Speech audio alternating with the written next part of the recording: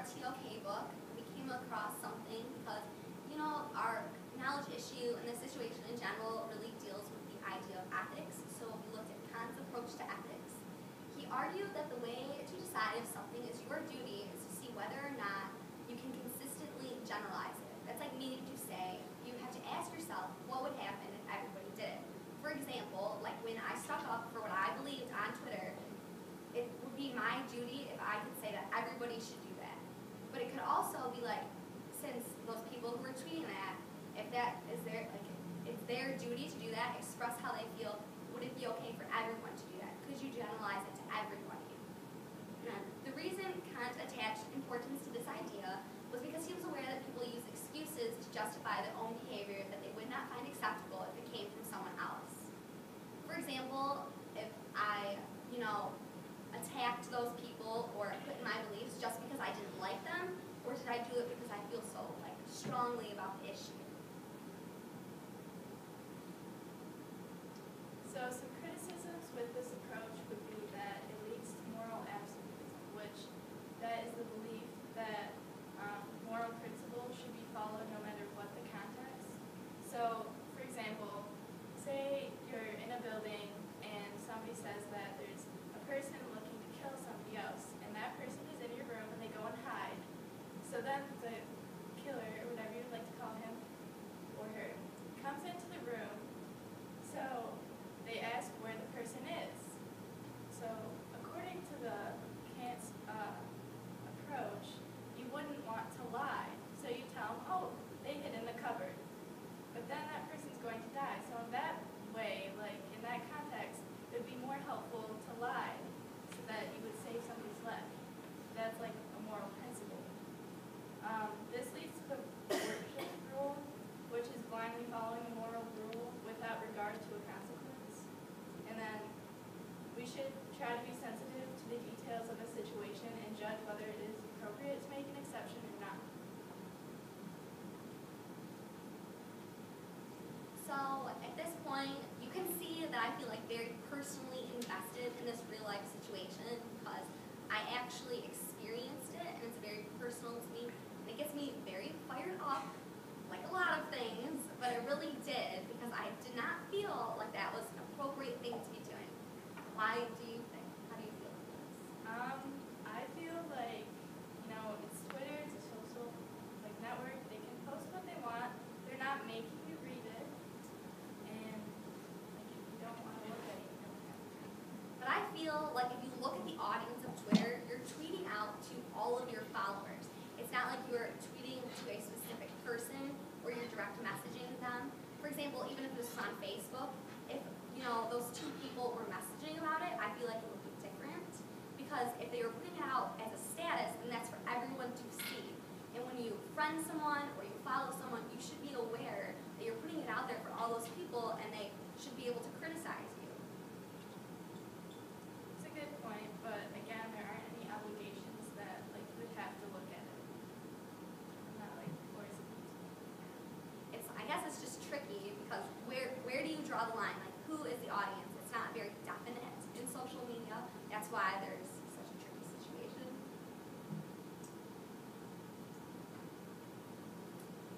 So when I was reading these tweets, I was reading it and they were talking about abortion punching people and just all these horrible things, that I felt were horrible.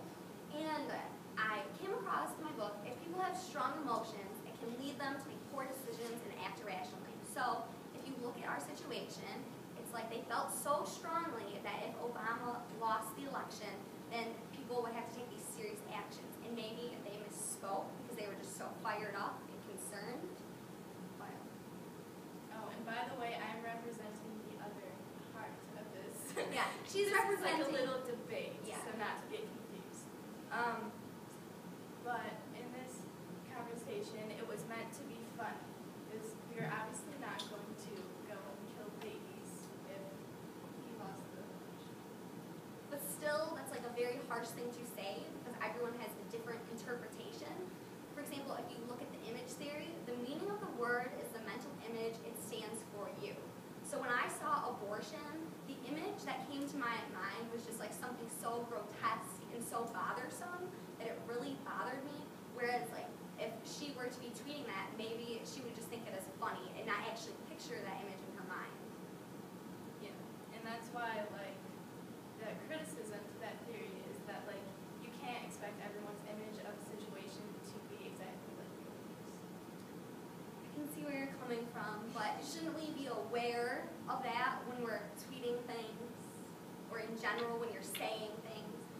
don't mean the same thing for everyone. It's very true.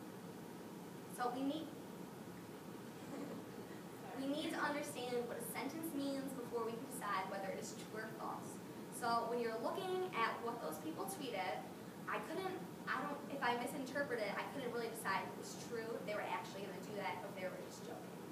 Yeah, and I can't predict if you're going to interpret it correctly. So should we tweet things like that? Is questionable. So it led us to another question. How many arguments turn out to be about the meaning of words? And we both have examples of this. For example, over the weekend, every week my room gets really dirty because I don't put away my clothes, I just put them on the floor because I have a lot of homework, and I'm like, Mom, I'll do it later. So then she's like, Rachel, you need to clean your room. So I clean my room, but to me, cleaning my room is just picking out my clothes, you know. Well, actually, sometimes I just put them under my bed, so, you know, I just picked out my clothes and put them in the laundry. Then my dad came in my room and he was like, I thought your mom told you to clean your room. And I was like, she did. I was like, I did clean my room. I was like, I picked up my clothes. He's like, no, she meant that you needed to vacuum and dust and do everything else. And I was like, well, that's not what she meant. So you can see how I misinterpreted her use of language there. It wasn't necessarily, I mean, maybe she meant for me to do all that, but because she just said clean, I was just like, oh, I'm just going to do my laundry. Like, I didn't care. For me, a few years back, I was buying a dress, and I really liked it, but they didn't have it in any other sizes besides one that was just a little too small. So I took it to a seamstress, and I told her to draw it back, which is the term to make it a little bigger. However, when she heard that, she took it as make it smaller. So then when I got it back, it was way too tight. And so, again, the meaning of words can have a big effect on whether or not the situation turns out the way you wanted it to. Okay, so now when you're looking at this conversation on Twitter, you have to decide you can look at who's right. You can't, there's not really a right or wrong in this situation. It's just two different perspectives. So when I was reading it, I felt like they were wrong by tweeting those things, but because of social intuition, I thought, you know, I was just like, oh, you know, I'm such a good judge of character, like, you know, I don't see fault in what I see, but maybe I was judging them too harshly because they think that abortion is acceptable, and I feel very strongly against it. So I was just like, I just felt like I could judge them for having those beliefs. And surely not everyone has the same moral intuitions, so it's unjust to assume that they do. But how, you just can't, when you get so fired up about something, it's very hard to stop yourself, especially, like, it's very interesting that we chose this real world situation because the conversation, bad things are posted on Twitter all the time, but over such a controversial issue, actually really 2 in 1, because it was about the election, which politics are clearly very controversial. You shouldn't, tough situation. And then abortion, which is another thing. So, it's just.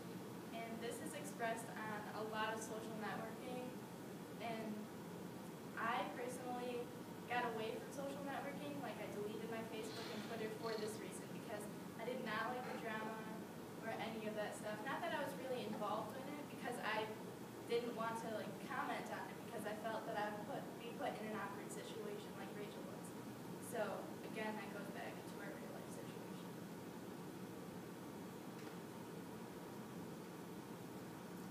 So when you're looking, if you're faced with this situation, there's going to be implications if you voice your opinion. There's also going to be implications if you don't. Now, I'll be arguing the side of the implications of voicing your opinion. So when I told those people, I was like, I really don't like what you're saying. I could have been bullied for standing up when I wanted. They could have said that I was wrong, but I chose to do that because those were my beliefs. But there also could be other implications of not saying your opinion. Right. So if you don't state your opinion, then, like, if you don't stand up for what you think, then you're just as wrong, because you're not, like, you're just letting them get away with it, like letting them think that they're right. And then if you look at it from the other people like Marissa's, if she didn't, voice her opinion, like saying, they didn't make that joke, then maybe they would have felt that they didn't do their duty to express themselves and let people know how they feel.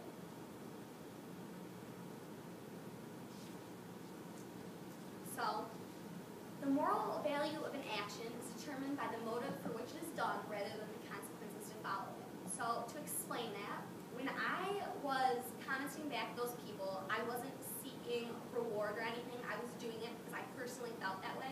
If I were to do it because I wanted like a nice pat on the back, then it wouldn't really have moral value. And that can be explained in many things. Like, for example, this is what I was taught while in grade school. Like, there's, I don't know what it's called, but it's like, do like alms without the other hand seen. What I'm talking about. Like, you like do, all right, like, you don't do good things to get like rewarded for it. You just do good things for like the sense of like pride it brings you. Yeah. Anything else? Nope.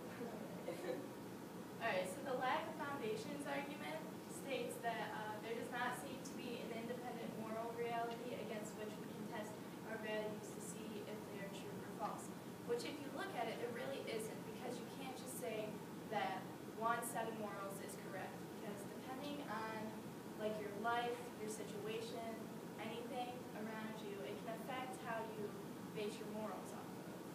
Even in psychology, we learn about that kind of thing. You have to take in people's socio-cultural background. You can't, for example, I was just outlining with my chapter, if you look at people's intelligence, you can't base it off of their backgrounds, because everyone, if somebody comes from like a slum or poverty, it doesn't necessarily mean they're going to be unintelligent.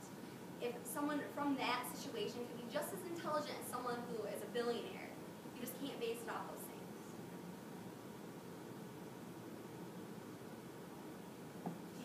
Okay, so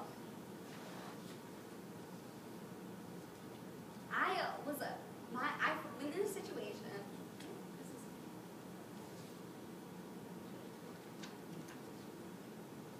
Yeah, it's a little out of order. Okay, so I felt that my morals were right, and by assuming that, you can't really assume things ever, because we all know what assuming does. Not to be funny, but seriously, it doesn't make you look very good. So I felt that there was, like, everyone should have these morals, and I was making an assumption by doing that. But really, there's no core values that have been accepted by all cultures around the world. And that goes back to saying that, like, depending on how you're brought up or what you're raised in, what Rachel described in the previous slide, that it can definitely affect your morals a lot and differ.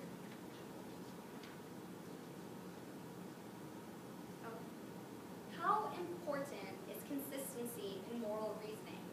It kind of goes back to something that we touched on earlier, like Kant's argument about ethics. Like, you have to be, should you be consistent in your reasoning? Like, for example, if I stuck up for my beliefs when those people were talking about that controversial issue, should I stick up for my beliefs every time someone talks about a controversial issue like that? Like, should I do it in every circumstance? It's hard to tell. It's not really an answerable question. Ethics is just very tricky. Okay. We usually settle disputes by appealing to perception or reason, but neither of these appeals seems to work when we're arguing about values. Because the way you perceive something and your reasoning behind it is going to be based on how you're brought up, your background, people you interact with, your religious background, all kinds of factors. Right. And in the self-interest theory, it claims that humans are always and everywhere selfish, which is, as much as you don't really always want to accept that, it is very true, because we don't go out and do things for others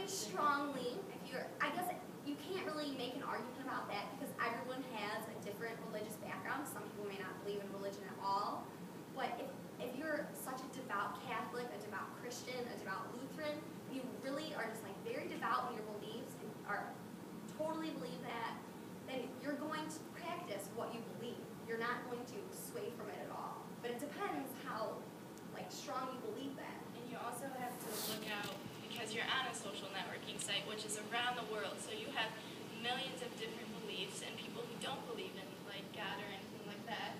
So when you make comments and stuff, you have to make sure that you're not trying to persuade them in that kind of True. When there's the golden rule, which is up there, do as you would be done by. When I was younger, actually, when I was in Holy Cross, we had a poster in one of our classrooms, and it had the golden rule in several religions. So in that way, to me, that seems like a universal idea, because it's not just taught in Catholicism, it's not just taught for Christians, it's taught throughout. And just that idea is just being a good human being. Like, if you want to be treated like dirt, then treat people like dirt. Like, that's just logical. Like, I don't know. Alright, so when we argue about ethics, we typically appeal to various moral principles. But how can these principles be justified? Like, there's no basis, no foundation upon which we can lay our morals on. Because there are so many, like we said, with different religious beliefs and non-religious beliefs, and different aspects of your day-to-day life which make your morals alter. Since we are constantly confronted by moral dilemmas, it seems that ethics are inescapable. Additionally, since we can never be sure that we are doing the right thing, there's a sense in which ethics is insoluble. So you can never really escape ethics, but everybody has different moral beliefs. So it's very hard. You have to take everything situation by situation, and you have to be aware that not everyone believes the same thing as you. So the fact that we can never be sure that if we have done the right, or that we are aware that we could have done better, is a part of just being human. We all make mistakes, it happens. So therefore, we must